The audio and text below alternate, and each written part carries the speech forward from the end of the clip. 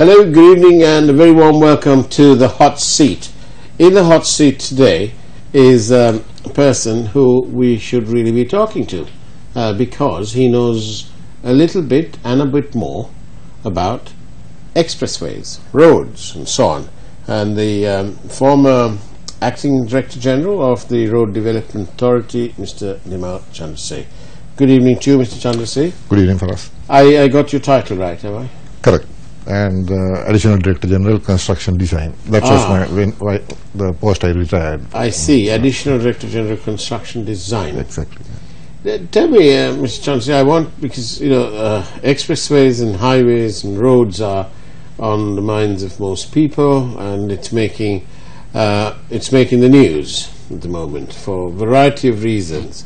So I thought I'll start off at the beginning and ask you, how and who decides that we need a road? Let's talk about Central Expressway, for example. Yeah, it's generally, whether it's a road or an expressway, first we decide whether, okay, you require a road from, whether there is a travel demand from A to B. If there's a travel demand, okay, then we say, okay, you have to have a road. Right. If the road, okay, let's say, assume that we build a road, then okay, then the demand goes up and up, and then the road becomes, the capacity becomes sort of not enough. Then we may be widening it, or maybe we build another road. Or if anything, nothing can be done to widen, increase the capacity, we may think about sort of expressways and all that, where we have access limited highways and all that kind of higher levels of highways. More, in our jargon, we call it the mobility becomes not an issue. It's access is not the issue. The mobility is the issue. At what speed you are going from A to B now? Now that's the issue. If you want higher speeds, then okay, you have to go for expressways. But if you just want access from A to B, okay, road is enough. So this technical decision. Yeah, these decisions will be taken at ministerial level. Yes, of course. Ministerial means whatever the road administrators. So it may be the road, say in Sri Lanka, centrally it's the Road Development Authority and the Ministry of Highways.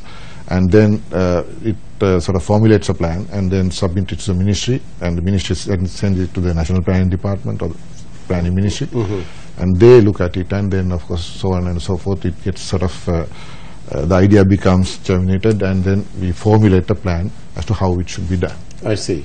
So thereafter, what happens?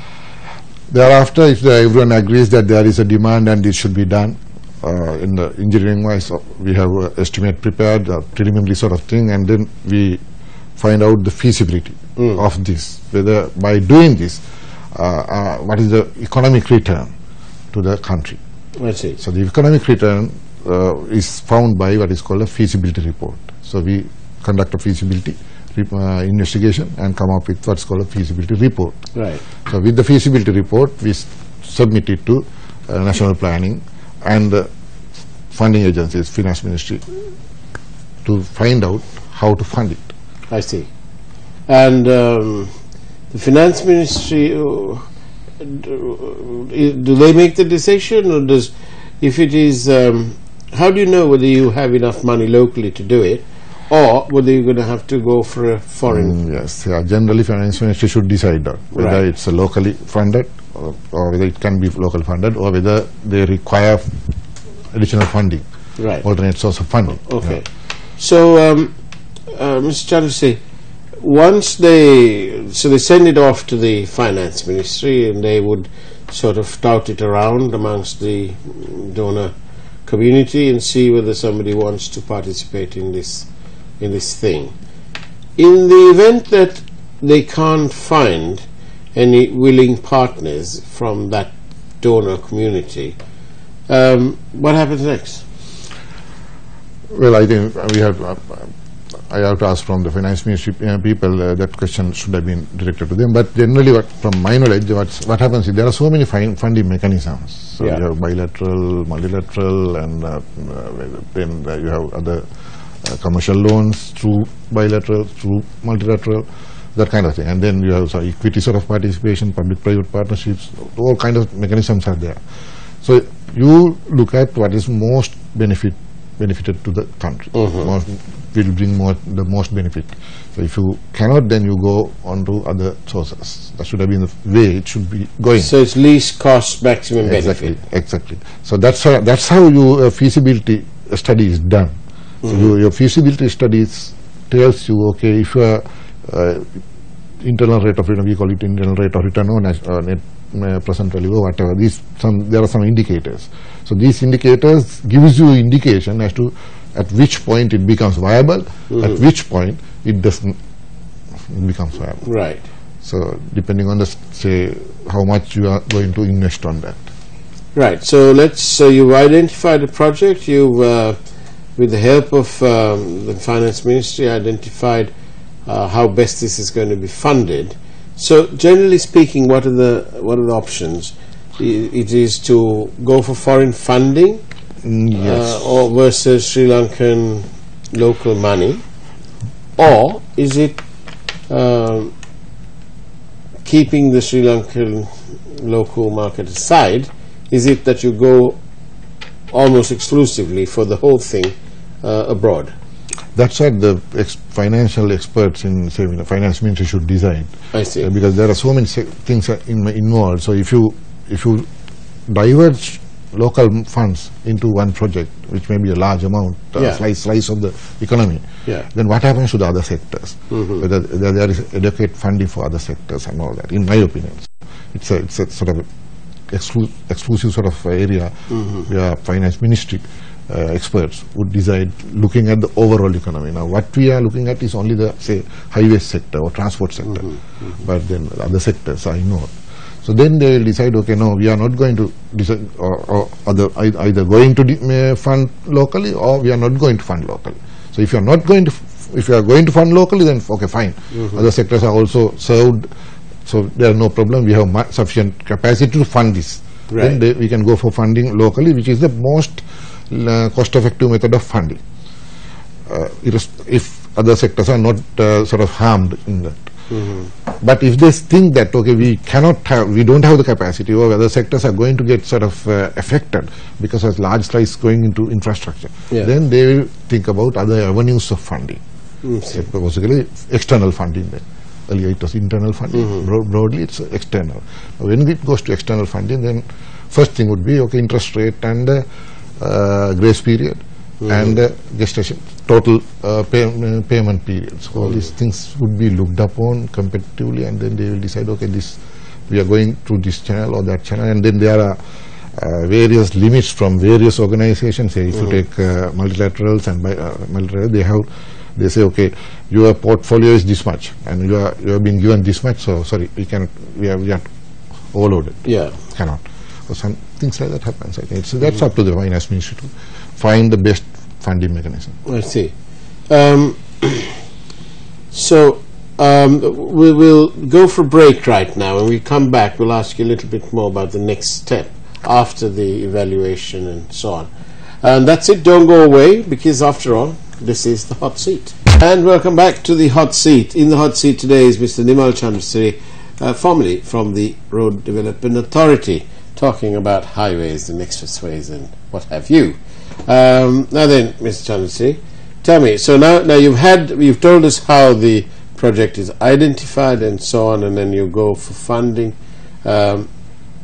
by letting the Treasury know, basically. Basically. And external resource department. External resources will look into it and see if there are any funding agencies willing to take this on. Yes. So far we're doing correct, right? Yeah. Okay. So at what point is a tender called then? Once the funding is finalized, right. Okay, or sometimes in, say, it depends on the funding source also. Now in Chinese loans, bilateral or so-called bilateral loans, where they require the contract document beforehand to finalize the loan. Oh. So then when they are sort of streamlined, saying, okay, this Chinese bank is willing to look at it, provided that we issue the contract. So then we submit a tender or call for tenders or negotiate, because it's generally in Chinese, it may be sort of competitive bidding within Chinese contractors, or it may be a nominated Chinese bidder, which is what mostly happen with Chinese banks.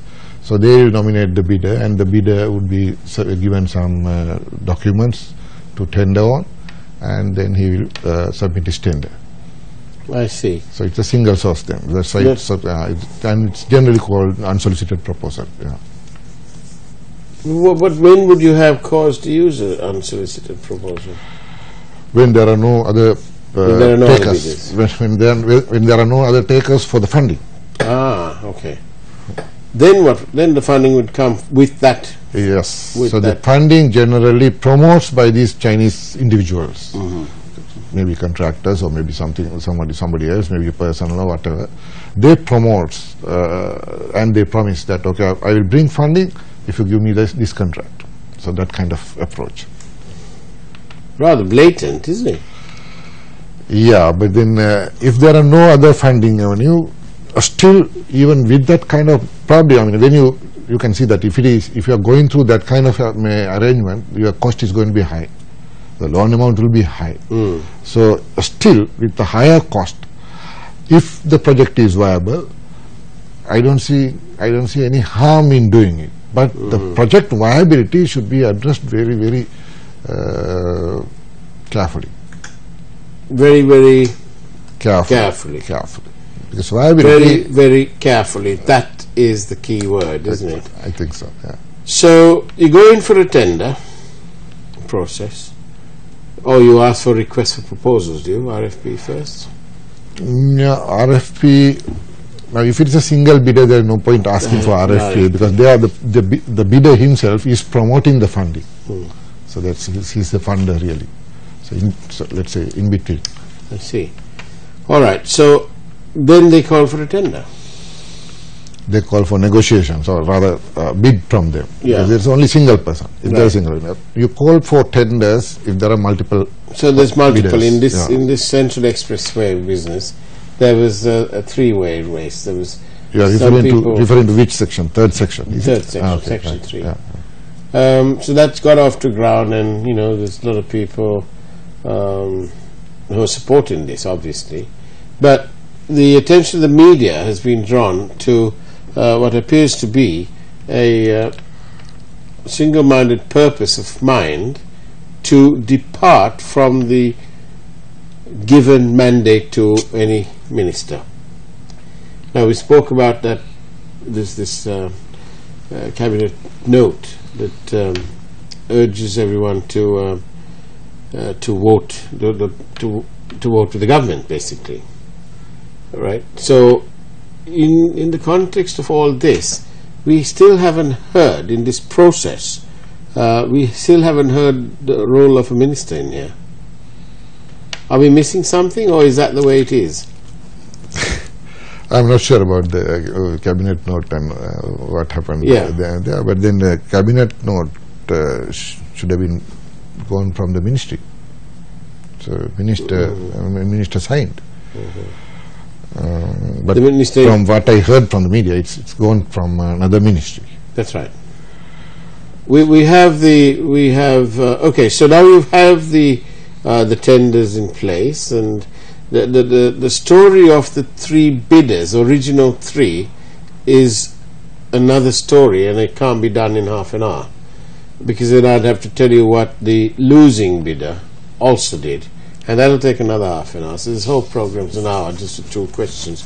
But anyway, we must have heard about what's been going on in the press, so I'm just in the media, and I'm merely touching on that. Do you think that we can ever change the way we do business? I think it's as long as the officers are doing their part. But they'll be probably frightened. They'll be locked up like Lalit Veeratunga. So that's good. Then they will not do something wrong. No? Okay, I'm not sure that I want to take this argument on because it's the country's time. But now tell me, now this our Minister of Highways, whilst this competitive bidding process was going on, the Minister sends another cabinet paper, yet another cabinet paper, recommending that the competitive bidding process be stopped immediately and will be taken its place by something else. So what is the what is the rationale here? I can't say anything about it because I don't know what the rationale minister used for doing that. Generally, if there is a very should be there, but his a very good reason. Yes, yeah. but yes, okay. I have the documentation here. All right, but I'll be happy to show you this. We first have a situation whilst a competitive bidding process is going on. A cabinet paper is calling for the stoppage or the annulling of that competitive bidding process on the basis that one of the bidders has sent another bid which is lower than his bid in the bidding process. Right? Now, I know you raised your eyebrows there, as I did, and I think as collectively the whole country will raise their eyebrows. Only for the cabinet-appointed negotiating committee. Now, that's very important, isn't it? Cabinet-appointed negotiating committee. And the words speak volumes. Cabinet-appointed negotiating committee. So this is a committee appointed by the Cabinet of Ministers to negotiate with somebody that the technical committee or the work, in this case the project committee, have studied their bids and then pushed one company to the top. Yes. Now tell me, is it normal to only have one company? What happens if two bidders are very responsive and their prices are sort of close to each other? Do they both get sent up to the cabinet appointed negotiating committee? Not negotiating. No. First, we send the what you call the most responsive bidder. So in a case where the two companies are eligible and just only the price has to be looked upon, so the least cost, least price bidder would be called by the cabinet associate CNC to negotiate on the price if the CNC feels that the price could be lowered. Otherwise, there should not be any CNC because this was something which was being argued some time back with the multilateral agencies saying that you cannot negotiate. If it is the lowest bidder, if he is eligible, you cannot negotiate further. Because already you have gone for competitive bidding and you have got a bid and that is the lowest and the guy is suitable for the work or selected on the basis of some point system or whatever, then you can't ask him to come down because then that becomes sort of going into a grey area. How much he can come and all that. Also unnecessary unnecessary sort of issues. But then even the multilateral agencies after that sort of gave way and said, okay, you can negotiate if the engineers if it is more than the engineer's estimate.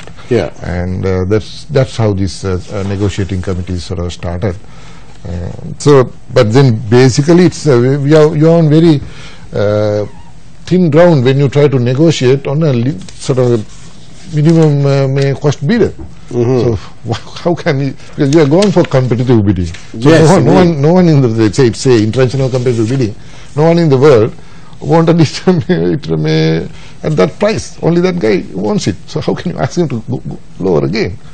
Indeed. On that note, hilarious as it sounds, we're going to have to take a break and we'll be back on the other side of this. Don't go away. And welcome back to the hot seat. In the hot seat today is Mr. Nimal Chandrasri, formerly from the Road Development Authority of Sri Lanka. Mr. Chandrasri, now then tell me, so the tenders called, the tenders are open and the project committee or the TC get to work. So they're checking to see if these things are responsive. Exactly.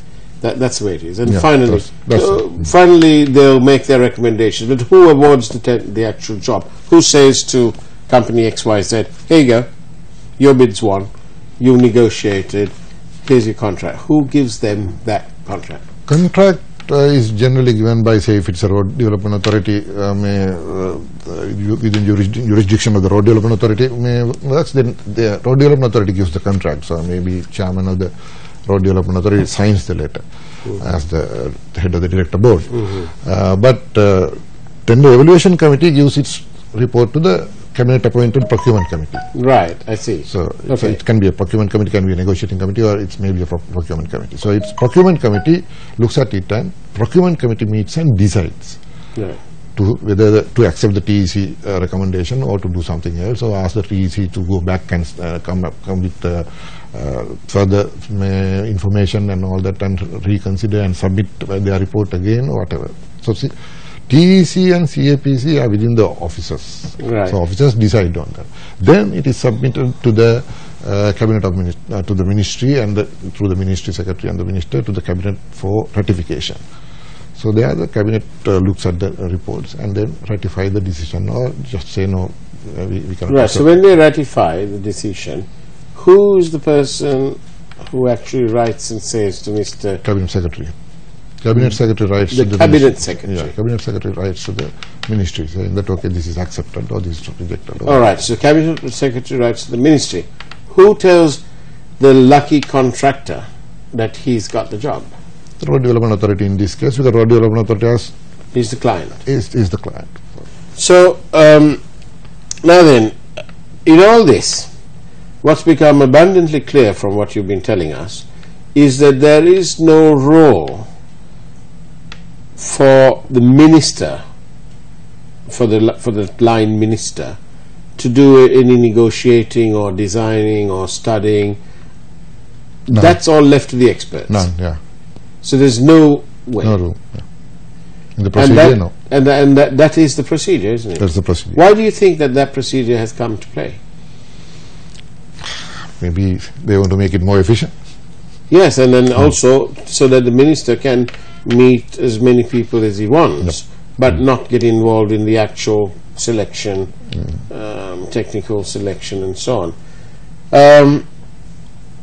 Would it be fair to say that if a minister in whichever ministry summons these people who are in the process of bidding or who have just recently lost a bid, if the minister summons them for a meeting in which the minister and an aide, but no ministry secretary, no cabinet appointed anything, just minister, his advisors and two bidders to a meeting, would it raise a red flag?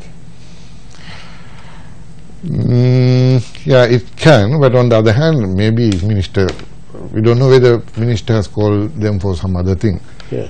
So, and the other thing is, what can minister do? Because the procedure, nothing to do with outside. It's complete outside. Unless, of course, the officers are ready to accept what minister says, contravening all the procedures. All the procedures. And not many people want to take a chance and end up like... Especially now, and end up behind bars at Velikada, sentenced to 3 years of rigorous imprisonment. But in this wonderful meeting that we had at the minister's office, the Minister of Highways and Higher Education, Mr. Lakshman Kiryala, and those present at this meeting held on the 29th of June 2017 from 3 p.m. to 4 p.m. Present were the Ministry of Higher Education and Highways, and representing that ministry, Mr. Lakshman Kiryala, Honourable Minister, Mr. Chaminda, Advisor to Minister, Taisei Corporation, a bidder, represented by two of its officials, Fujita Corporation, a bidder, represented by two of its people, including the General Manager of Business Development, International Division, and the Executive Director of that company. There was also two others, an executive vice president of another company, nothing to do with either Taisei or Fujita, and yet another one, the country representative, it says here, of Metrika Relocations. Metrika Relocations, the internet reveals, is a relocation services company. So, all in all, a rather odd and curious situation where the minister has been calling for a meeting which has no legal basis or rationale. We'd like you to think about it and perhaps pose yourself the question as to why. What's the motive? Who told these other two to be present there? For one from Punji Lloyd, an Indian company, and the other one from Metrika Relocations. Why relocate? Relocate what? Relocate whom? Who asked these people to be there? These are the questions that we'd like the Minister of Highways to answer, because the public are curious and curiouser to know what's going on. Now, Mr. Chandrasri, didn't want to get you involved in that bit, but is it, in your, you got years of experience, in your within your knowledge, do you think this happens all the time, or doesn't it? Yeah, it happened in different ways. This, I think, maybe unique way of getting them down to the ministry and asking. I don't know why, as you said, why relocation? I don't know. Maybe it's service relocation. I don't know what relocation. I have no idea. Yeah, exactly. I have no idea. Yeah. But what I do know are that there are some. You have minutes of the meeting, right? Okay. Yes, I have the minutes of the meeting prepared by one of the bidders, who says that he is preparing this just in case to avoid any misunderstanding. Wonderful fellow, because he's been confirmed. But one of these bidders said he was confused, because he was asked to come for this illegal meeting. Well, he doesn't call it illegal, I'm calling it illegal, but it is illegal because it's out of the procedure. And the other bidder, who's equally astonished, is asking the question whether this is permitted within the tender regulations, this meeting, because he probably knows very well that it is not permitted. You can't even write them a letter. Once you've made your bid, tender procedure itself, I mean, if you know that they are resorting to some sort of, let's say that bidder on its own went and met the minister to say, okay, please give the tender and all that. Yeah. So that itself is enough to disqualify, according to the tender procedure. It's undue inference. Undue inference. I do wish. Are you going to Kandy anytime soon? Not really. Oh dear, what a pity! Because if you were, you could have gone. You could have gone to pay a courtesy call on the Mahanayaka Thera and told him the story. Perhaps you would tell him all the different angles. But, Nirmal Chandrasri, it's been an absolute pleasure having you on the hot seat. Yeah, it was a pleasure. Thank you very much. And we look forward to having you on as a panelist on some of our other programs. Thank you. Thank you very much. Thank you. Thank you. And that's it from the hot seat. Take care. Good night.